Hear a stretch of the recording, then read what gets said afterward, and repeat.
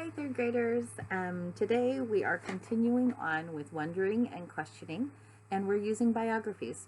So we talked about Brave Harriet, and then what we're going to do now is we're going to go. I know we had a little bit of a break from the text evidence, and now we're going to talk again about two biographies. One is called Wilma Unlimited, and then the other one is actually about Sonia Sotomayor. So we're going to look at these two, and then I'm going to have you take from both of them. You'll do a double entry journal, and you'll talk about what you learned from the story and what you wonder. And you're going to do the same thing with Sonia Sotomayor. And then at the end of it, I'll have you do a writing assignment where you kind of compare these two women and their story and kind of maybe what you learned from it or what you connected from it, just kind of like how you did with Brave Harriet. The first book that we're going to start with is called Wilma Unlimited. It is, and the subtitle right under it says How Wilma Rudolph Became the Fastest Woman in the World. And it's written by Kathleen Krull, and it's illustrated by David Diaz. So this story is about a woman named Wilma Rudolph. She is African American, and she was born in Tennessee in the 1940s. She came from a really, really big family, and her family didn't have much money, but they worked hard and did what they could with what they had. At the time when Wilma was alive, there was a lot of segregation in her area, and it really was where they had rules that really separated what people who were white could do or people who were black could do. So, for example, at the time, black people in Tennessee and in other states did not have the same rights as white people and were often treated unfairly. For example, laws forced black students to attend separate schools from white students. And we know a lot about those kind of stories that we've learned, like Ruby Bridges and even with Dr. Martin Luther King and so forth. And things like where black passengers had to sit at the rear of the bus or on public buses while the white passengers sat up front. So this is a little bit in history, and you'll learn more about her. And I really want you, as you listen to the story, really focus on the things that you learn about her. There's a lot of different really interesting facts and things that you will not believe. A lot of obstacles that she had to overcome.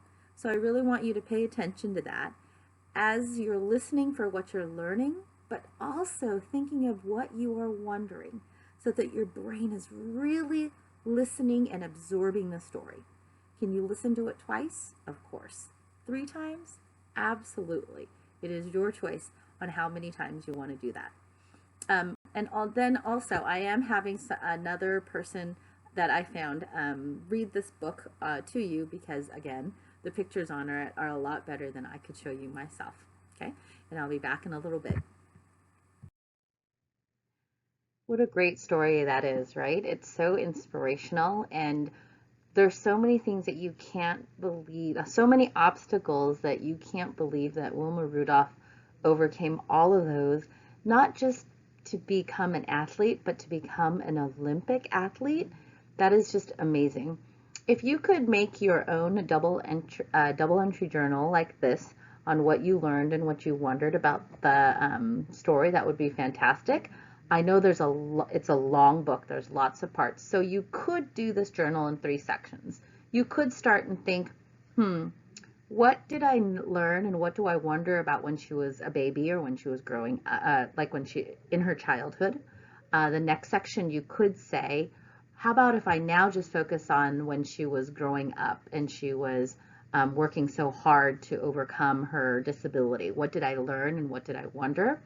And then the last part, you can just focus on kind of more the end of the book where it really talks about how she started to, it almost says there's this one part where she said that she felt it was a new beginning for her.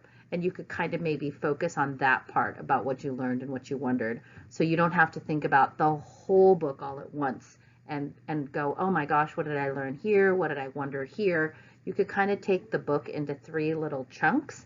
So you can maybe go back if you want and just listen to the part when she was born and she was young and stop there and write, and then maybe go a little bit more about how it was for her to grow up and what she had to go through and stop there. And then maybe go to the end part too in that part and really fill out this entry of the journal. I would really encourage you to have at least 10 in each column because this book had so much information in it. I know you can do it. I know this can be hard to read on a YouTube video, so follow along as I read this to you. The author's note from Wilma Unlimited by Kathleen Krull. Wilma Rudolph became, at age 20, the first American woman to win 3 gold medals at a single Olympics. When she returned home from Rome, her family was waiting for her, and so was all of Clarksville, Tennessee. The huge parade and banquet held in her honor were the first events in the town's history to include both blacks and whites. As she retired from her career as a runner in 1962, Wilma became a second-grade teacher and a high school coach. She remained a much-admired celebrity, but to prove that there was more to her than just running, she started a company called Wilma Unlimited that gave her opportunities to travel, lecture, and support causes she believed in.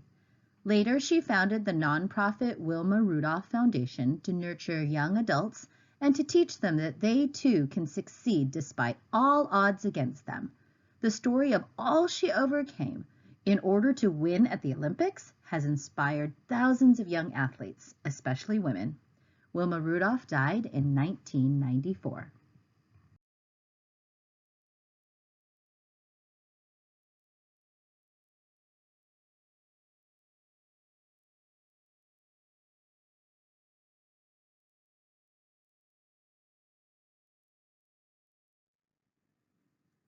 If you cannot click from the YouTube video, you can type in the YouTube address into the address window, or you can go to YouTube and you could search Sonia Sotomayor and look for this to be read.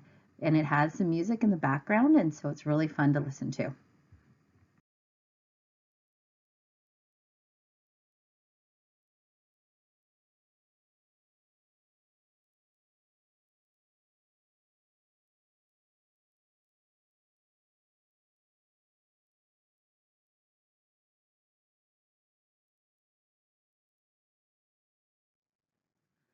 We're going to both compare and contrast Wilma Rudolph and Sonia Sotomayor in your next writing. In order to do that, we're going to think about each woman separately and then kind of put together what we find that are similar about the two women and then what was different about them.